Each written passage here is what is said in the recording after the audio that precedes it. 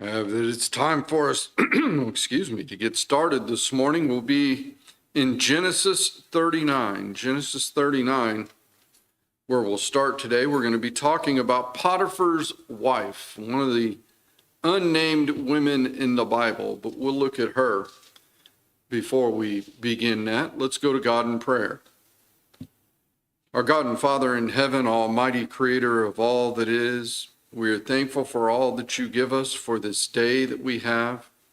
Father, for this time now as we can turn to your word and study from it, that as we do so, we will take those things that you have revealed and use them as guidance and direction in our own lives. Father, we pray for the ill, that if it be your will, they'll be healed and return to health.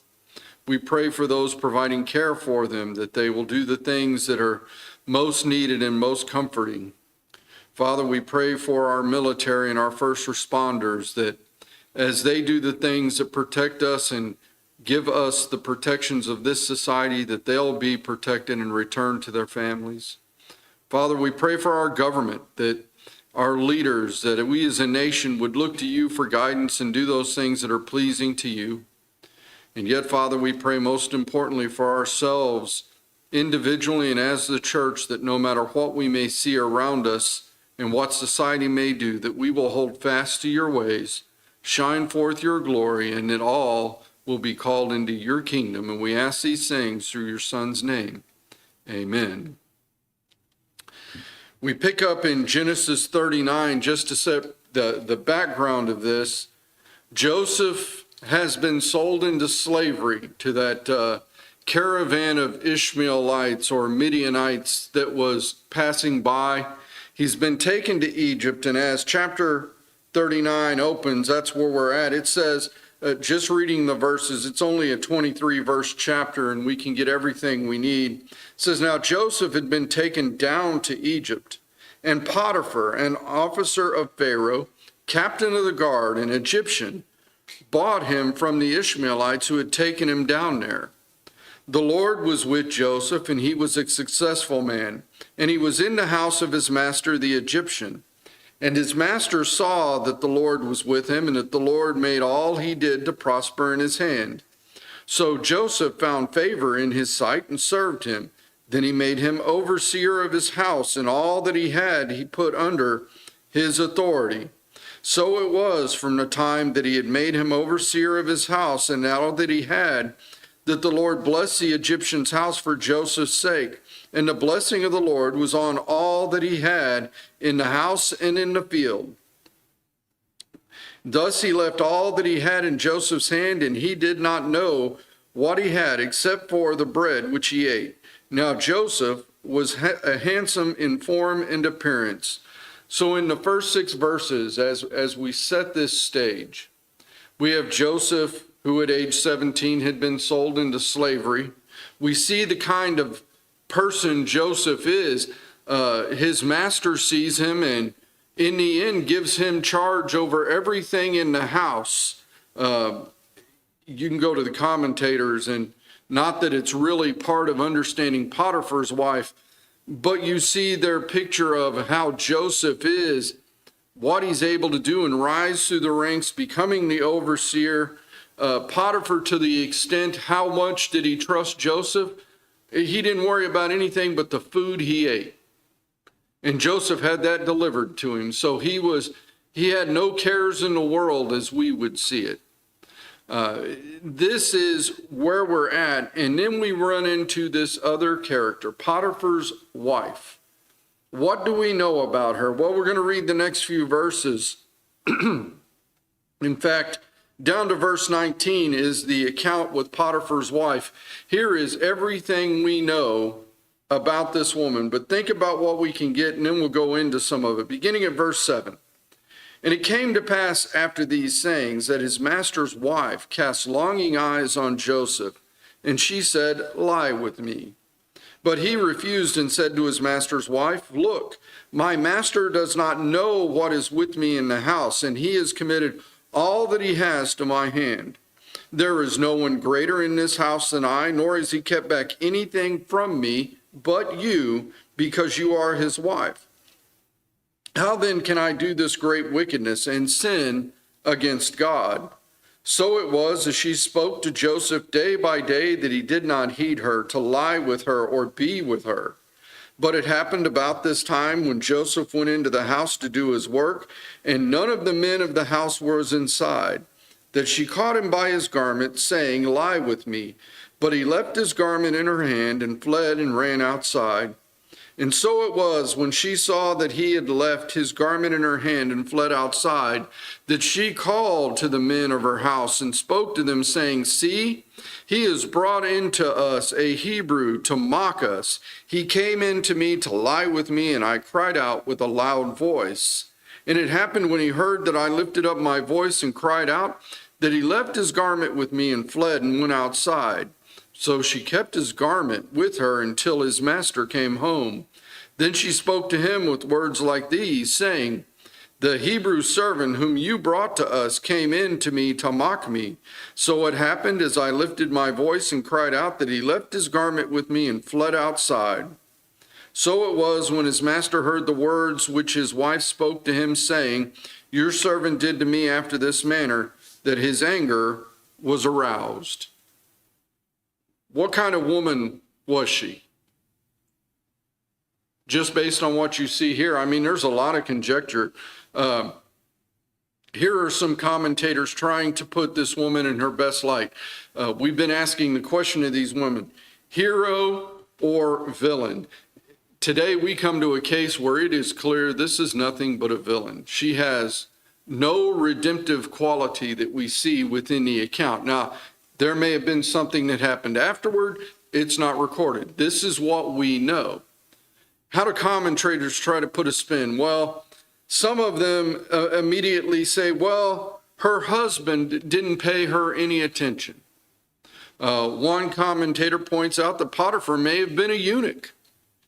And so therefore, that gives us reason why she would look at Joseph and say, "Lie with me."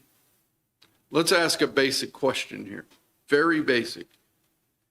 Does the fact that a husband does not pay attention to a woman, if we go over into 1 Corinthians and we read about the duties of the husband and wife and all of that, does the fact that a husband doesn't pay any attention to his wife or is a eunuch, does that give her permission and the right to look upon another man and say, "Lie with me"? By the way, because she does that give Potiphar, if he's not a eunuch, the right to run around and find any other woman he wants? No, it doesn't. Neither case is true. You are your husband's wife. Men, you are your wife's husband, and no other. That is the picture. But here she is, the kind of woman she is. One tries to give it a play off. Here's how this commentator said it. Notice what he's trying to do. Play it off. Maybe she wasn't as bad as we think. She seems to have been a lonely, bored woman thrown into the company of an unusually handsome, attractive man. He goes on to say, a Brad Pitt of the ancient world. Because maybe she's only at home eating her, what's the modern day form of it? It used to be having your bonbons and watching the soaps. It doesn't sound like that's true. How do I get that she's not lonely? Look down to verse 14. What does she do after she decides to frame Joseph? She called to the men of her house and spoke to them, saying, "See, he's brought into us a Hebrew." Does it sound like she was actually lonely? No. Now, did she maybe not have all the friends she wanted, didn't have the social life she wanted, you could make arguments for that. Once again, does that give you the right to look at another man or another woman and say, "Lie with me," just because you're lonely, bored, and thrown into the company of an unusually handsome, attractive man, ladies? If I go to the men's side, whatever the current supermodel of the world is, I have no idea. She comes in here and makes the offer. Does that give you the right because You know, your wife is out working all day. She comes home and does the laundry, cooks dinner. By the time it gets to the late evening, she's just tired already. And so that gives you the right to see that supermodel and say, it's okay. Nowhere do these permissions come out. But you notice what men's were doing. He goes on, this one commentator goes on to say, well, because of those things, because she was a lonely, bored woman thrown into the company of an unusually handsome, attractive man, she realized that what she wanted out of life did not match up with what she'd got. And so what do we do? Isn't that what the world does today? I didn't get what I wanted. What do? Change it. Go get something else. Add to it. It's okay. And that's what this commentator seems to be trying to say. She is flat out wrong. The word she says, come lie with me, to Joseph, is wrong to start with, because who is the only man she is authorized to be with? Her husband. Not a husband, notice. Joseph, it appears, is still single at this point, so he's not a husband even, but her husband. No other husband is allotted to her. No single man is allotted to her. She has her husband, period. That's what Joseph even goes on to say. He looks at her and says, I can't do this. Now imagine if you're this wife. Let's give her, for the sake of an argument for the moment, that she was lonely, bored, thrown into that company of an unusually attractive man, or that her husband was a eunuch, whichever one of those you want to pick. Give her that benefit of the doubt for the moment, and somehow that makes it seem like she ought to be able to say, lie with me. What does Joseph tell her? And think about the kind of woman she is to hear this and how she responds. He refused in verse 8, looked at her and says, look, my master. Who is my master? Translate that. Potiphar, the man you are married to. My master does not know what is with me in the house. He doesn't know how much money is in the bank. He doesn't ask about it. He doesn't ask about how much food he doesn't care about anything. He's given that power to me, and he's committed all that he has to my hand. There is no one greater in this house than I, nor has he kept back anything from me. You look at everything that's in the house. I can go to, whatever the library or entertainment is. I can get whatever he has. Everything's available to me except one thing. He's only held back one thing in verse 9, you. Because you are his wife. And you see that picture. Now, what kind of woman would continue to look at a man and say, lie with me, after he says, I have everything that is in this house except one thing that your husband has held back from me, and that is you. Wouldn't you just sort of back away? Not only that, I always thought it interesting. Joseph says, your husband hasn't held anything back but you. But then notice how he finishes out in verse 9. How then can I do this great wickedness and sin against Potiphar? That's not what Joseph was concerned about, was it? Joseph looked at her and gave her the answer to what she wanted and said, not only is it wickedness, not only is your husband not held anything except for you back from me, but if I lie with you, I'm sinning against who? God. Who's another man that does this later on? Except he's given in to sin and then has to make admission for it. What is it David said about when he lied with Bathsheba? Who did he sin against? Did he sin against himself? Did he sin against Uriah the Hittite? Did he sin against Bathsheba? Well, all those are true, but when David went to God and confessed it, what did he say? Against you and you alone, he says to God, have I sinned. Joseph has that same attitude here. What kind of woman is this now that she hears all of that argument, and what does she do in verse 10? Now you think about, is she the devil's henchman? And by that, I don't mean that Satan operated on her and made her do this, but think about how Satan operates, and you think about the kind of woman here. She's heard him make that response, and what does she do from day to day? She walks away from Joseph, leaves him alone, says that was a ship that has sailed. Verse 10 says, so as it was, as she spoke to Joseph day by day, that he did not heed her to lie with her or be with her. She's heard him give a response already, and what does she do the next morning? Joseph, come lie with me. He doesn't that day. What does she do the next day? Joseph, come lie with me. He doesn't. What does she do the next day? Day by day. What kind of woman is this? And you think about that. Joseph now, just to give you an idea how bad this woman's going to get. You ever been blamed for something when you did exactly what was right? Here's the kind of woman we have too. Notice what happens. It happened at some point that none of the men are in the house. By the way, one great piece of advice. Men, never be alone with a woman. Woman, never be alone with a man that is not your husband. Why is that a good rule? Never to be alone with a woman that is not your wife, or as a woman, never to be alone with a man that is not your husband. Can't be tempted. And if something happens, notice what happens here. Joseph comes into the house to do his work. He almost has to do this. But he comes in, there's no one else in the house but him and her. She grabs his clothing, and Joseph does exactly the right thing. When this situation confronts him, she wants him to lie with him, and there is no other way. He what? Runs. If that means leaving something behind, he left it behind. But take a look at the kind of woman she is.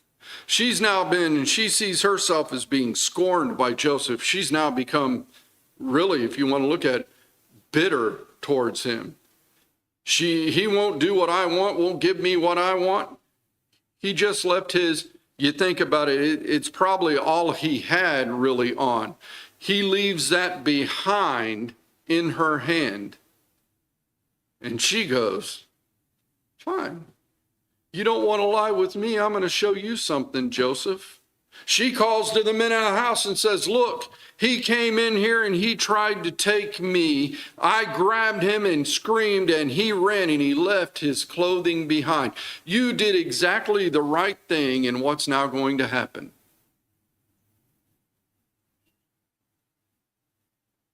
What's she willing to do? Not only is she willing to, have another man, now she's willing to lie about it. And she lies to all the men of the house, but then she holds on to that garment until Potiphar comes home. By the way, she's a lot like Adam when you think about it. Look at verse 17. Think about the kind of woman here. She's not going to take any credit for anything here. She's going to lie about it. The Hebrew servant whom you brought to us.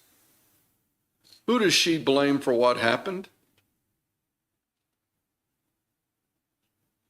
Well, she lays that Hebrew servant out there, but notice it. The Hebrew servant came in and did this. That's not what she said, is it? Whom you brought to us. What was it Adam said when God said, Adam, what is it you have done? Oh, that woman whom you gave me. Adam lays blame on the woman, but more importantly, Adam told God, it's your fault. Here comes Potiphar's wife. Anybody but me, I don't get what I want. My life isn't what I want. I'm going to lie about it. That Hebrew servant, she identifies Joseph, whom you brought to us. It's your fault. He came in and he tried to do this, and Potiphar's anger is stirred. And Potiphar really listens to her. Well, think about this. She's gone from being, if we take one of those commentators, not that it makes it right, she was lonely, and felt unimportant and didn't have what she wanted, and she's going to get what she wants. She's gone from that really into what we would almost say was a hysterical rage. Now, does that mean she was hysterical as we often think about it? But what is she willing to say and do to Joseph now? You think about the kind of woman this is for a moment. What kind of man was Joseph? Who here has someone they would totally trust with all their goods, possessions, and everything except for their mate? You have an employee or an employer or even a child in your house that you'd be willing to hand the entire household over to them and not worry about one iota other than your spouse. I dare say most of us would say, probably not. Why? What's the fear of handing it over to someone else? What's someone else usually looking for? Themselves, right? Think about the kind of person Joseph is that this woman is now mistreating. That's how we ought to be. The world ought to be willing to do what she's doing to us, but we ought to be the kind of person Joseph was. Trustworthy to the point that we looked out for our master before we looked out for ourselves. Now, did God take care of things once again? I think this is Potiphar's wife is somewhat blind. Why was Potiphar doing so well in whatever it was he did? If you go back in the story, think about why was it Laban didn't want Jacob to leave? Jacob said, I want to take, Joseph being one of the sons, I want to take my wives and sons and I want to go back where I came from. Let me leave. And why does Laban not want Joseph to leave? God's been blessing him and Laban's eyes are open to it. Joseph is the reason I'm blessed. Laban's sons' eyes were open to it. They knew that everything had been given to Joseph or to Jacob by God. Here is Joseph, the same kind of status. God is blessing Potiphar by Joseph. Potiphar's wife is blind to it. I'm not getting anybody ever had that kind of day in your life? I'm not getting what I want and I'm not going to see a thing.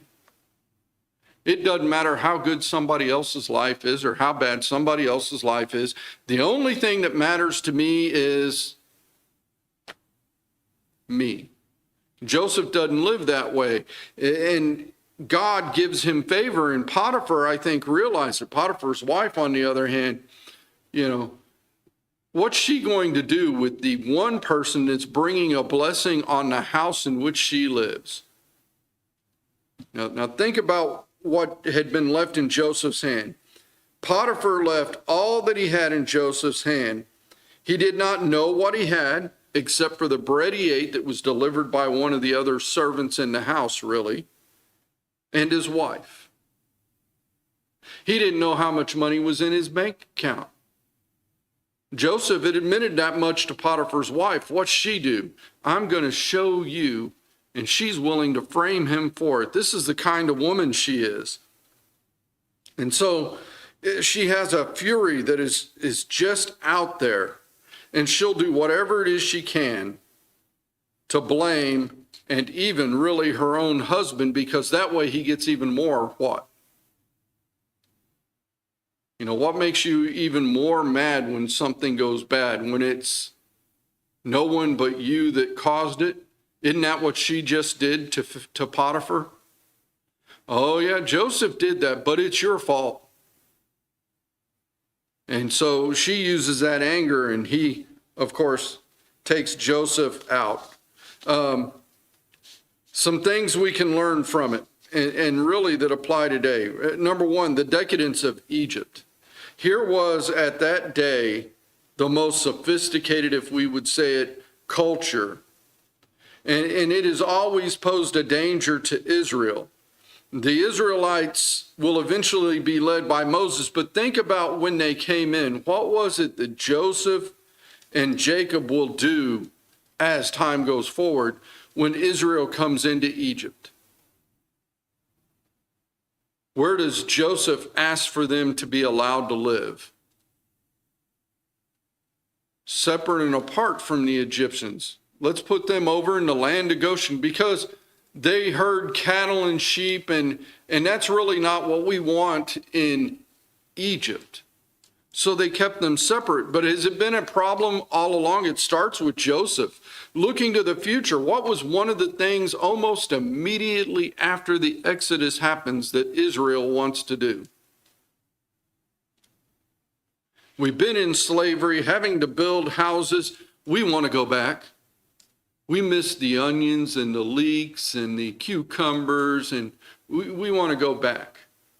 So we see it start with Joseph. Joseph is having to face this decadence. I don't know exactly how old he was. It doesn't tell us, but let's think. Joseph gets sold into slavery at 17.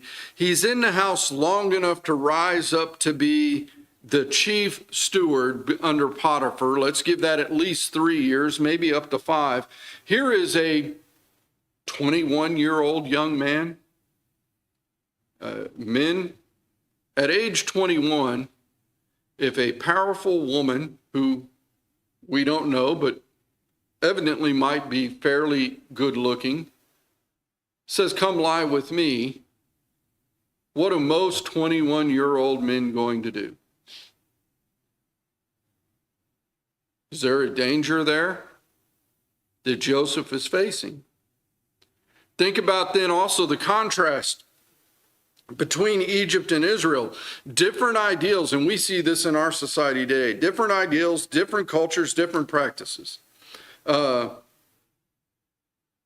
You have a culture that looked at the slave, and the slave was, you could do what with? And this also makes you think about Potiphar a little bit, with what he does with Joseph, by the way. What could Potiphar have done with Joseph immediately? Killed. You know, you think about that. It was nothing to kill a slave. The slave is your what? Your property. If I want to go outside, not that I want to do this, but if I had a sledgehammer and I wanted to go outside and start beating my car to pieces, can I do that? Sure. What's the only thing someone could say?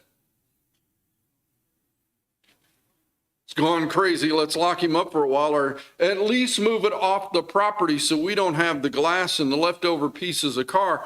But I can do that. It's what? My car. That's how they viewed these slaves. That's not how Israel was ever taught to view it. What is Israel? And you see Joseph, the representative of what will be Israel here. What does he stand up and say when he gets this offer? I can't sin against who? His most important thought was not what it would do to his master, not what it would do to himself, not what it would do to her, but what it did to who? God. Is that our thought? Or do we get stuck sort of like Potiphar's wife here? It's all about me.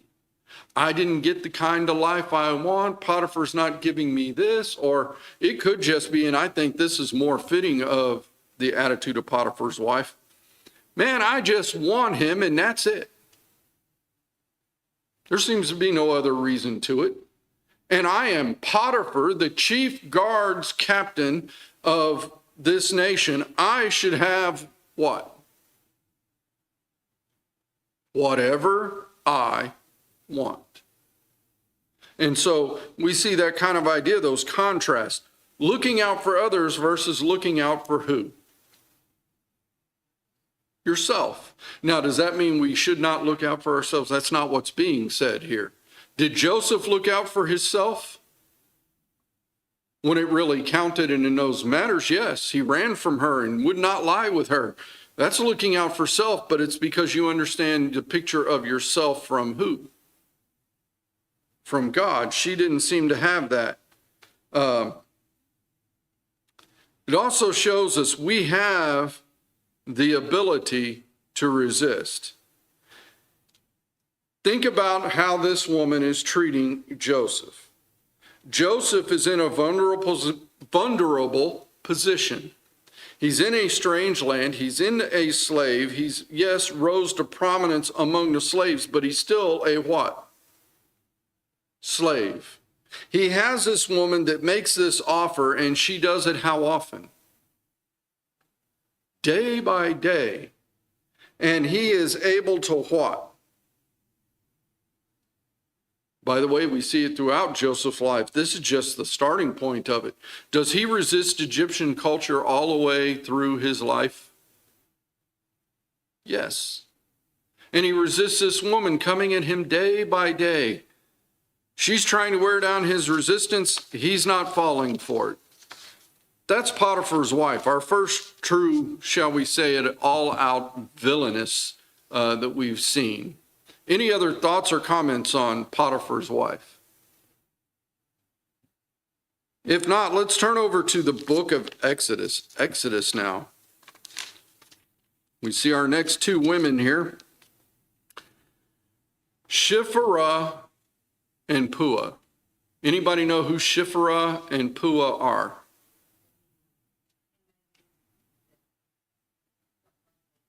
Yeah, they're the midwives of the Hebrew children here.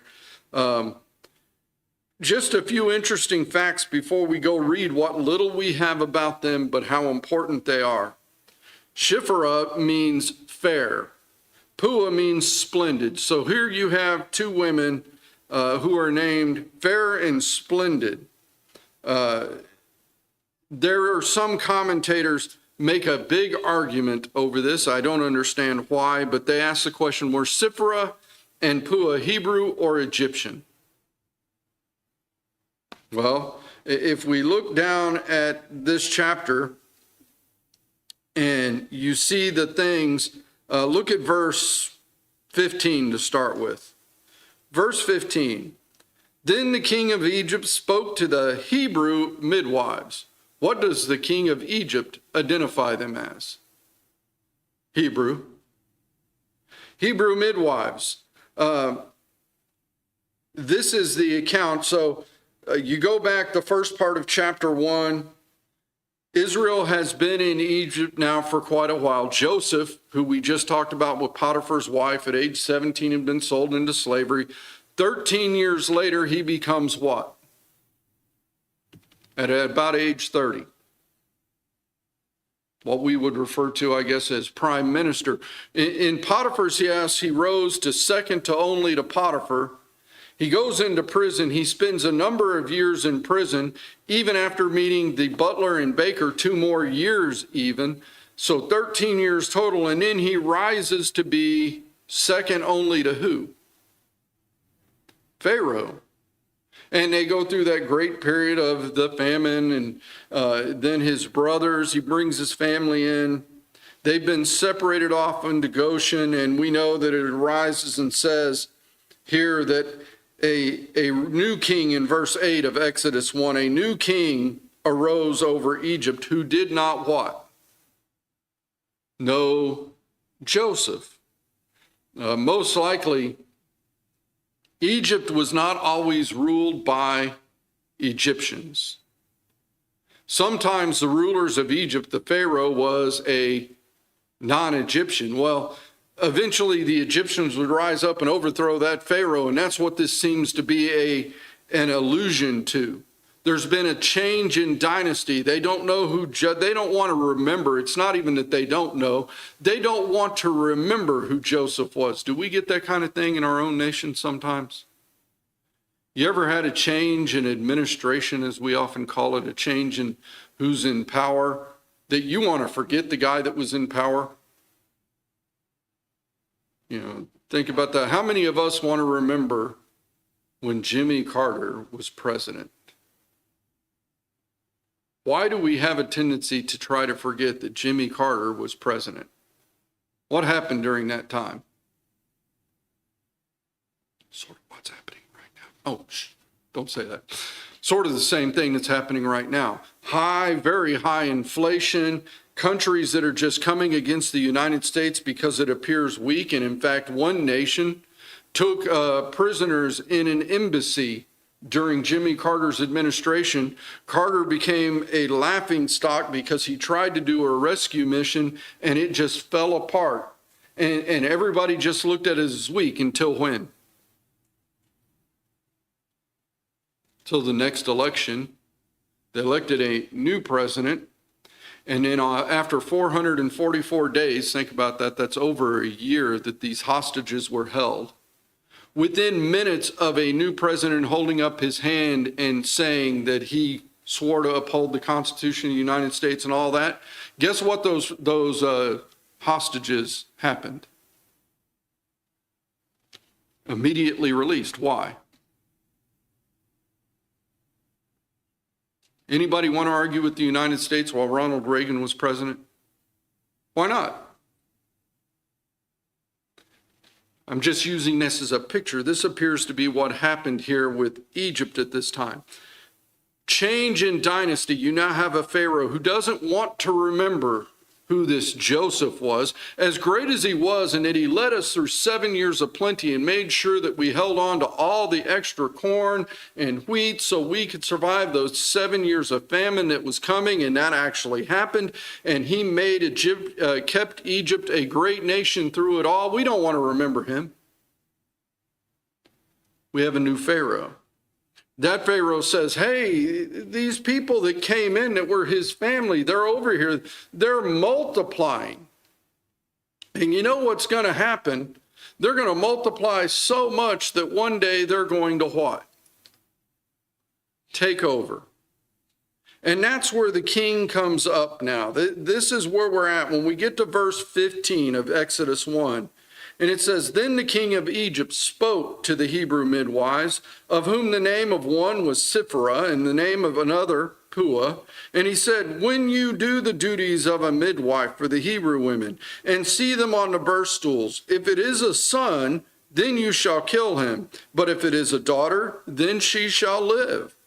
But the midwives feared God, and did not do as the king of Egypt commanded them, but saved the male children alive. So the king of Egypt called for the midwives and said to them, why have you done this thing and saved the male children alive? And the midwives said to Pharaoh, because the Hebrew women are not like the Egyptian women, for they are lively and give birth before the midwives come to them. Therefore God dwelt well with the midwives, and the people multiplied and grew very mighty. And so it was, because the midwives feared God, that he provided households for them. So Pharaoh commanded all his people, saying, every son who is born you shall cast in the river, and every daughter you shall save alive. Pharaoh says, I can't get the Hebrews to do it to themselves. I'll do it on my own, is the way it comes out in the end. But here you have two women who prove the adage we find in the New Testament. Here is a question for you. Are we obligated as Christians to follow the laws of the land? Absolutely. God says it. But are we as Christians obligated to follow the example of Siphrah and Puah also? When the law of the land does what? Goes against God. Now, someone says, well, we got a situation like that with abortion. I'm going to tell you, abortion is totally different than what's being talked about here. Abortion, as bad as it is totally different than what's being talked about here. What's the main difference? Well, genocide. In these babies, abortion is a choice by who? The mother. This is the government, and there's only been, I can think of in modern time, only one government that has done something like this with birth control. But this is a choice by the government saying, if that is a male child, it will be killed. Why do you have the right to stand up to that government and say no?